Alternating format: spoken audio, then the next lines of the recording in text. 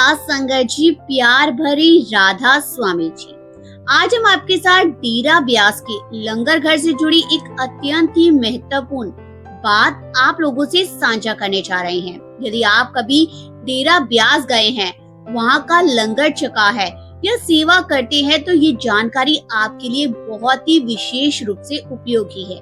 ये केवल एक व्यवस्था का विषय नहीं है, बल्कि गुरु घर की मर्यादा का, सेवा का और जिम्मेदारी से भी जुड़ा हुआ विषय है। साथ संगत जी, वीडियो शुरू करने से पहले आप सभी से निवेदन है कि यदि आपने अभी तक हमारे इस चैनल को सब्सक्राइब नहीं किया, तो कृपया करके बेल आइकन को अवश्य दबाएं, ताकि आने वाली हर वीडियो समय पर आपको मिल सके।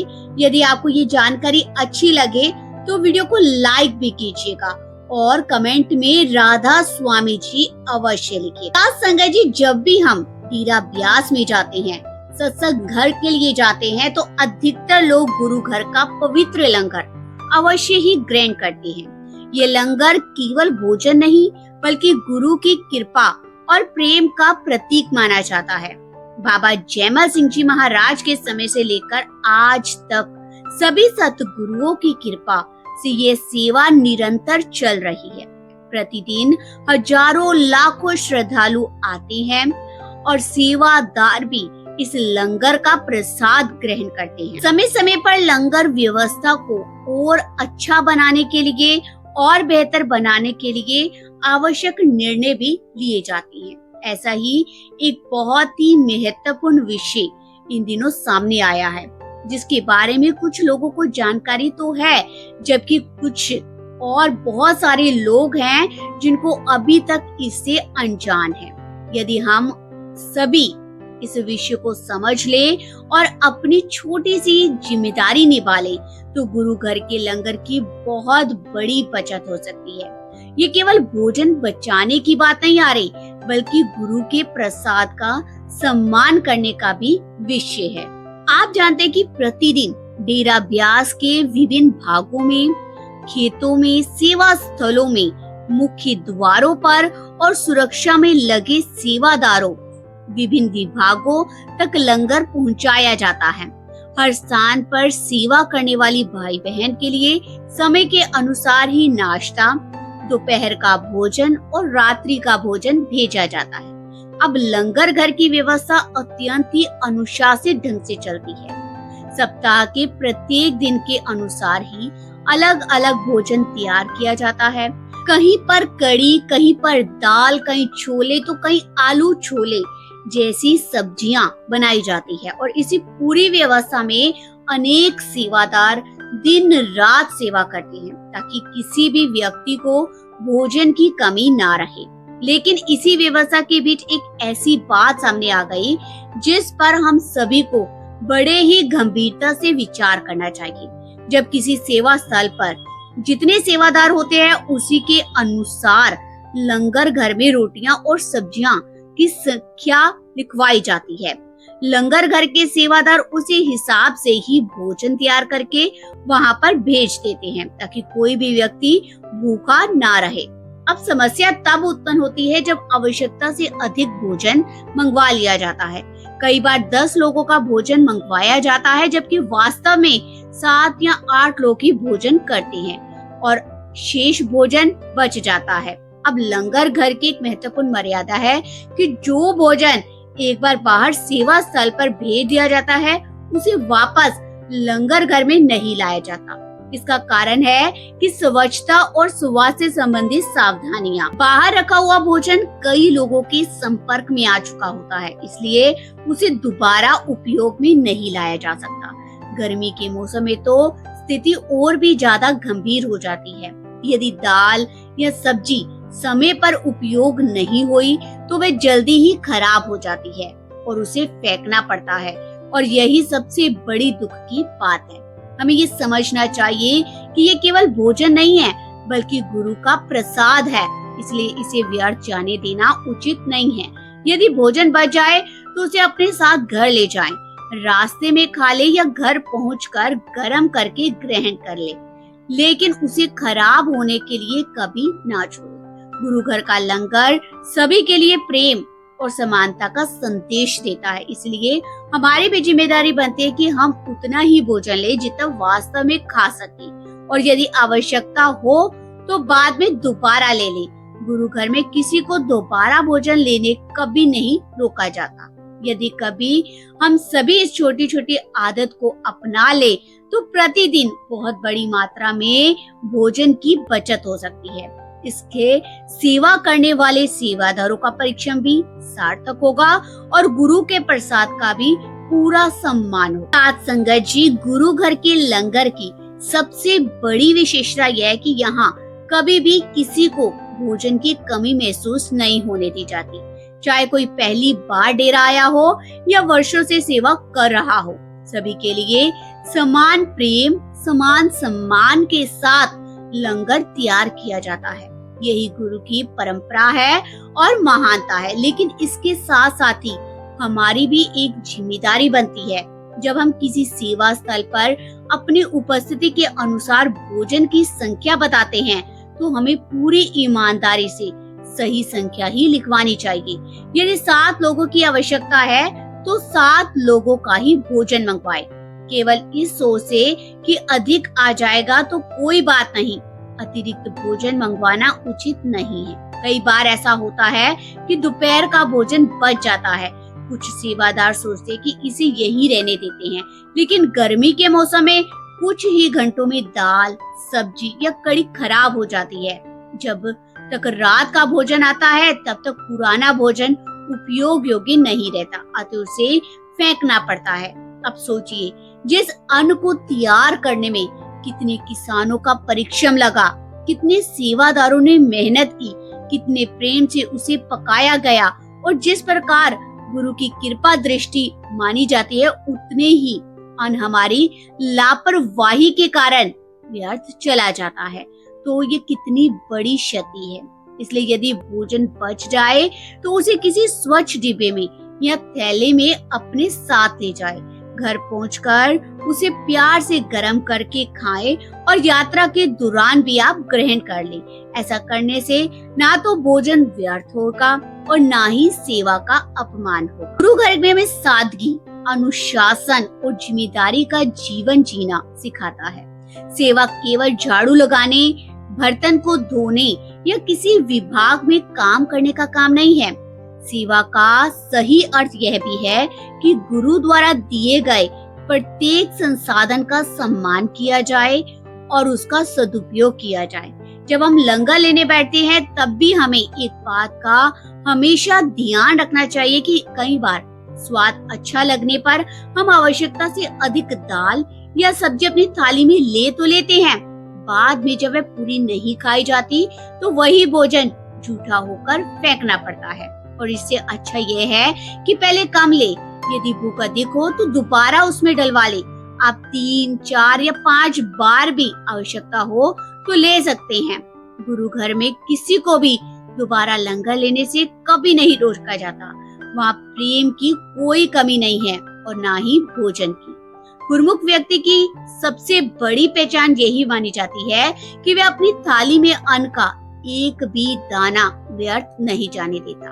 वह भोजन को प्रसाद समझकर ग्रहण करता है और पूरी श्रद्धा से उसका सम्मान करता है। यदि हम सब इस छोटी सी आदत को अपने जीवन में अपना ले तो प्रतिदिन बहुत बड़ी मात्रा में भोजन को बचाया जा सकता है, और इससे न केवल अन्न का सम्मान होगा बल्कि गुरु घर की सेवा में लगे प्रत्येक सेवादार की मेहनत भी सफल होगी। तो आइए हम सभी आज से एक संकल्प लेते हैं कि जितना खा सकते हैं उतना ही लेंगे, भोजन को कभी भी व्यर्थ नहीं जाने देंगे और गुरु के घर के लंगर की हमेशा मर्यादा का सदैव सम्मान करेंगे। साथ संगत जी, गुरु घर का लंगर केवल भूख मिटाने का साधन नहीं है, बल्कि यह विनम्रता, समानता, सेवा और प्रेम का जीवंत संदेश है। जब हम लंगर ग्रहण करते हैं तो हमें ये स्मरण रखना चाहिए कि ये साधारण भोजन नहीं है बल्कि गुरु की कृपा का प्रसाद है। इसलिए इसकी एक एक रोटी और एक एक दाना हमारे लिए अनमोल होता है। आज आवश्यकता इस बात की है कि इस विषय पर सभी जिम्मेदार सेवादार, क्षेत्रीय सचिव, जोन सचिव, जत्थेदार जी और सेवा में लगे सभी भाई बहन गंभीरता से विचार करें। यदि थोड़ी सी योजना बनाकर भोजन की सही मात्रा भेजी जाएगी, जहाँ भोजन बच जाए वहाँ उसका उचित उपयोग सुनिश्चित किया जाएगा, तो प्रतिदिन बहुत बड़ी मात्रा में लंगर को बचाया जा सकता है। गुरु घर में किसी वस्तु की कमी नहीं है, ना सेवा करने वालों की कमी है, ना ही बर्तनों की, ना ही रसोई की व्यवस्था की और ना ही भोजन की। सद्गुरु की कृपा से इतनी विशाल व्यवस्था है कि एक समय में लाखों श्रद्धालु भी लंगर एक साथ ग्रहण कर सकते हैं। फिर भी यदि भोजन व्यर्थ जाता है तो उसका कारण व्यवस्था नहीं है, बल्कि हमारी असावधानी है। इसलिए सबसे पहले हमें स्वयं को बदलना होगा। जब तक हम अपनी आदतों में सुधार नहीं करेंगे, तब तक केवल नियम बना देने से कोई बड़ा परिवर्तन नहीं आएगा। एक और बात पर भी ध्यान देना चाहिए। कई बार हम अपनी थाली में आवश्यकता से अधिक दाल, सब्जी या अन्य भोजन ले लेते हैं। स्वाद अच्छा लगने पर दोबारा भी भरवा लेते हैं, लेकिन बाद में उतना खाया नहीं जाता। अंत में वही भोजन जूठा होकर हमें फेंकना पड़ता है। इसके विपरीत कई ऐसे गुरुमुख प्यारे भी होते हैं जो अपनी थाली पूरी तरह से साफ कर देते हैं। वे अन्न का एक दाना भी व्यर्थ नहीं जाने देते। ऐसा वे केवल आदत के कारण नहीं करते, बल्कि इसलिए करते हैं क्योंकि वे जानते हैं कि ये गुरु का प्रसाद है। इसका सम्मान करना प्रत्येक सत्संगी का कर्तव्य है। पुराने महापुरुष भी लंगर की महिमा के अनेक प्रसंग सुनाया करते थे, अनेक किस्से सुनाया करते थे। वे बताते थे कि गुरु का प्रसाद केवल शरीर का पोषण नहीं करता, बल्कि श्रद्धा और प्रेम के साथ ग्रहण किया जाए तो यह मनुष्य के जीवन पर भी गहरा प्रभाव डालता है। इसलिए हमें कभी भी लंगर का अनादर नहीं करना। आज के समय में यदि हम केवल इतना निश्चय कर ले कि जितना खाएंगे उतना ही लेंगे और जितना लेंगे उतना पूरा का पूरा खाएंगे, तो यह भी बहुत बड़ी सेवा होगी। सेवा केवल श्रमदान से नहीं होती, बल्कि संसाधनों की रक्षा करना भी सेवा का ही एक रूप है। आइए हम सब भी अपने घर से ही ये संस्कार लेकर चलें कि भोजन चाहे घर का हो या गुरु घर का हो, कभी भी व्यर्थ नहीं जाने देंगे। जब हर व्यक्ति अपनी जिम्मेदारी समझेगा, तभी सामूहिक रूप से एक बहुत बड़ा परिवर्तन दिखाई देगा। यही सच्ची सेवा है, यही गुरु घर की मर्यादा का सम्मान है और यही गुरु के प्रति हमारी कृतज्ञता का वास्तविक स्वरूप भी है। आज संगत जी, जब हम गुरु घर से जुड़ते हैं तो केवल सेवा करना ही पर्याप्त नहीं होता, बल्कि सेवा के पीछे छिपे भाव को समझना भी आवश्यक होता है। सद्गुरु बार बार हमें यही शिक्षा देते हैं कि जीवन में विनम्रता, प्रेम और क्षमा और शुक्राना बनाए रखें। यदि ये गुण हमारे जीवन में आ जाएंगे तो आध्यात्मिक यात्रा अपने आप ही आसान और सरल हो जाएगी। आज हम अक्सर दूसरों की गलतियां देखने में लगे रहते हैं। कोई हमारे बारे में कुछ जरा सा कह दे, कोई हमारी आलोचना कर दे या कोई हमारे विचारों से सहमत ना हो तो हमारा मन तुरंत विचलित हो जाता है। लेकिन संतों की शिक्षा इससे बिल्कुल अलग रही है।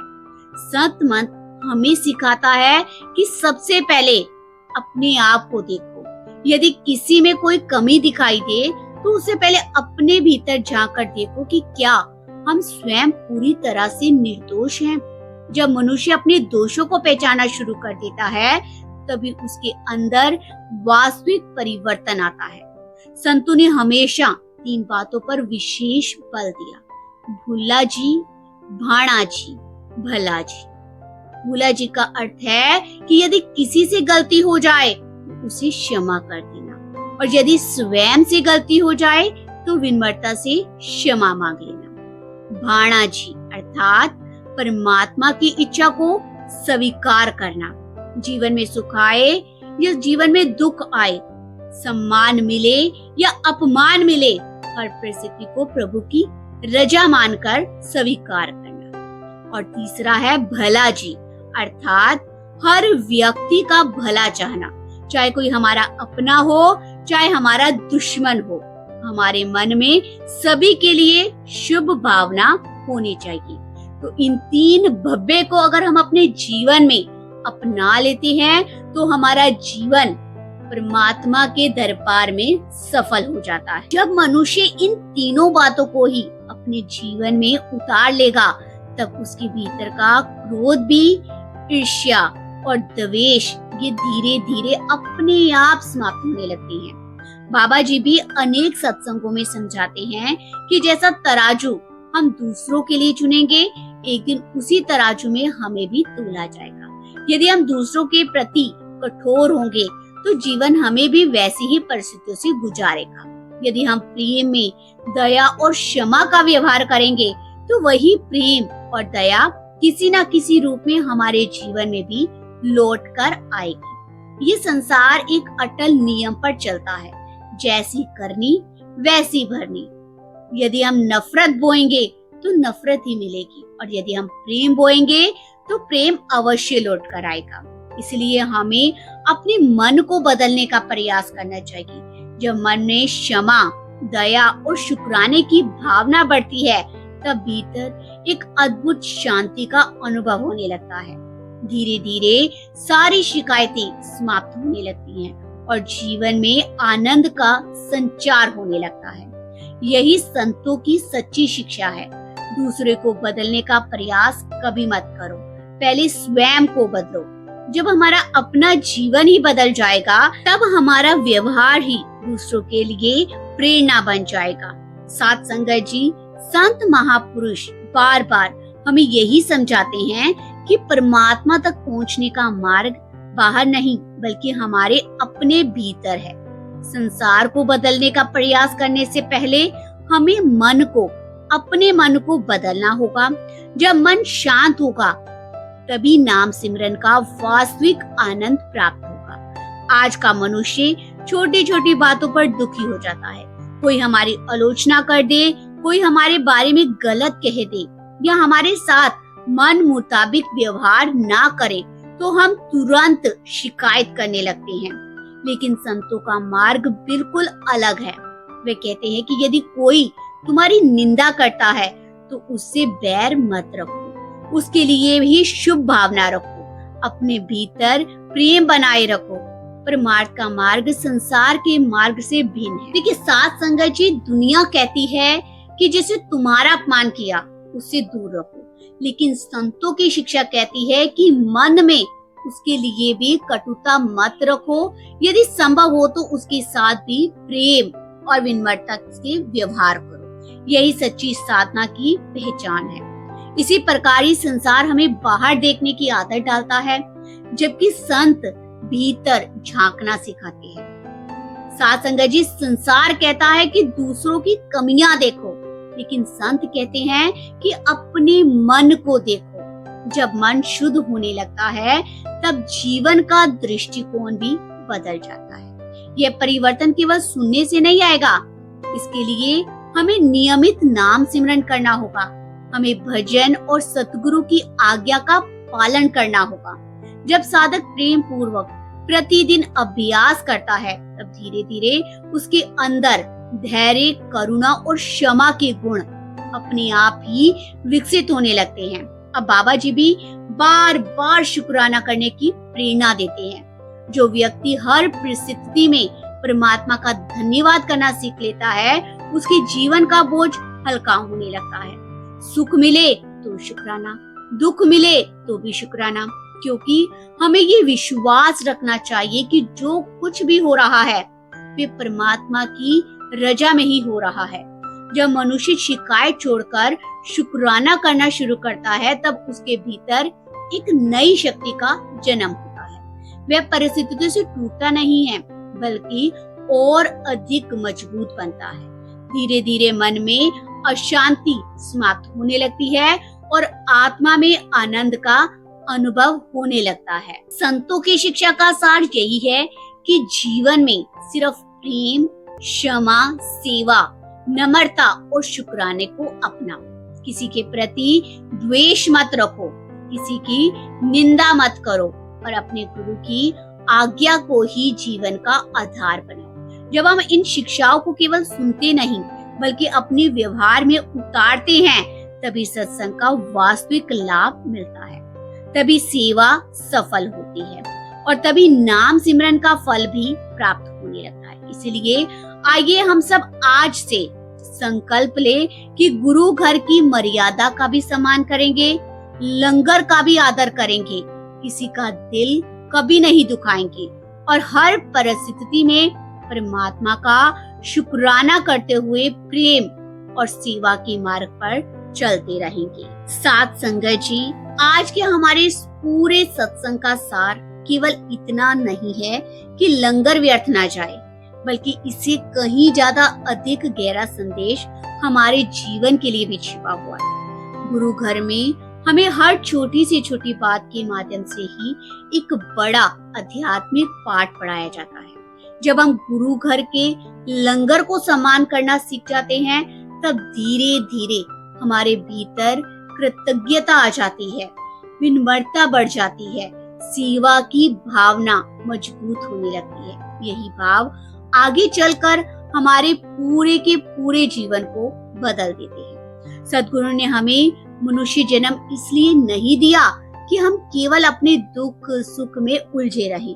ये जीवन हमें इसलिए मिला है कि हम अपने भीतर प्रेम, दया, क्षमा और नाम सिमरन का दीपक जलाएं। देखो, जानवरों को भी जीवन मिला है, पर उनके अंदर प्रेम, दया, क्षमा ये चीज नहीं होती। संसार में रहते हुए भी यदि हम गुरु की आज्ञा के अनुसार जीवन जीने का प्रयास करते हैं, तो हमारा प्रत्येक दिन सफल हो सकता है। हम सभी से भूले होती हैं, कभी किसी का दिल दुखा देते, कभी किसी को क्रोध कर बैठते हैं, कभी अहंकार करते हैं, कभी छोटी छोटी बातों पर शिकायत करते हैं। लेकिन जैसे ही हमें अपनी गलती का एहसास हो, उसी क्षण विनम्र होकर क्षमा मांग लेनी चाहिए और दोबारा वे गलती ना करने का संकल्प लेना चाहिए। शुक्राना केवल शब्द में नहीं होना चाहिए, बल्कि जीवन जीने का एक तरीका है। जब हर परिस्थिति में हमारे होठों पर शुक्र है मालिक आ जाता है, तब मन के अंदर की बेचैनी धीरे धीरे अपने आप खत्म हो जाती है। फिर दुख भी हमें पहले जैसा नहीं तोड़ पाता, क्योंकि हमें विश्वास होता है कि जो कुछ भी हो रहा है वे परमात्मा की अपनी रजा में हो रहा है। इसी प्रकार नाम सिमरन हमारे जीवन का आधार बनना चाहिए। यदि हम प्रतिदिन नियमित रूप से अभ्यास करते हैं, भजन सिमरन करते हैं, लगातार सत्संग सुनेंगे और गुरु की शिक्षाओं को व्यवहार में उतारेंगे, तो धीरे धीरे हमारे अंदर का स्वभाव भी बदलने लगता है। क्रोध की जगह पर शांति आ जाएगी, नफरत की जगह सिर्फ प्रेम और शिकायत की जगह हमेशा शुक्राना आ जाएगा। आइए आज हम सब मिलकर एक संकल्प लेते हैं कि गुरु घर के लंगर का कभी भी अनादर नहीं करेंगे। हमें जितना भोजन चाहिए उतना ही लेंगे और कभी व्यर्थ नहीं जाने देंगे। सेवा को केवल कार्य नहीं बल्कि सौभाग्य मानेंगे। किसी की भी निंदा नहीं करेंगे, सबके लिए शुभ भावना रखेंगे। हर परिस्थिति में मालिक का शुक्राना करेंगे। प्रतिदिन नाम सिमरन का और भजन का अभ्यास करेंगे। गुरु की आज्ञा को अपने जीवन का मार्गदर्शक बनाएंगे। यही सच्ची सेवा होगी, यही सच्चा सत्संग होगा और यही वे मार्ग है जो हमें भीतर की शांति और परमात्मा के प्रेम की ओर ले जाता है। इसी प्रार्थना और इसी अरदास के साथ ही सद्गुरु हम सभी पर अपनी असीम कृपा बनाए रखे, हमें सेवा में, सिमरन में और विनम्रता के मार्ग पर चलने की शक्ति दे। तो गुरु प्यारे साथ संगत जी, अब हम अपनी इस वीडियो पर विराम लगाते हैं। आपसे विनती है कि आप हमारे इस चैनल को सब्सक्राइब जरूर कीजिएगा और कमेंट के अंदर प्यार से राधा स्वामी जरूर लिखिएगा। राधा स्वामी जी।